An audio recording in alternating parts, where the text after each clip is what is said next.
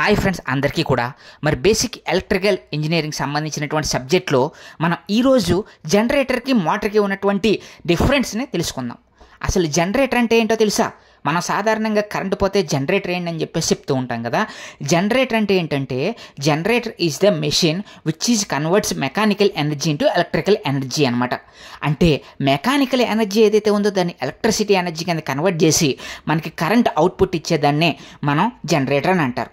మరి మన ఇంటికి జనరేటర్స్ వాడుతూ ఉంటారు కదా పవర్ పోయినప్పుడు. మరి ఆ విధంగా మనకి మెకానికల్ ఎనర్జీ ఇన్పుట్ని తీసుకుని అవుట్పుట్ ఎలక్ట్రిసిటీ ఇచ్చేదాన్ని జనరేటర్ అంటారు. మరి మోటార్ అంటే సింపుల్, దానికి రివర్స్ ఏంటంటే ఎలక్ట్రిసిటీని తీసుకుని మరి మెకానికల్ అవుట్పుట్ ఇచ్చేదాన్ని మనం మోటార్ అంటారు. Motor is a device which is converts electrical energy into mechanical energy. So ఈ రెండాటికి డిఫరెన్స్ అయితే సింపుల్ ఫ్రెండ్స్. సో మరి మీకు మరిన్ని ఇలాంటి వీడియోస్ కోసం వెంటనే మా ఛానల్ సబ్స్క్రైబ్ చేసుకోండి ఫ్రెండ్స్.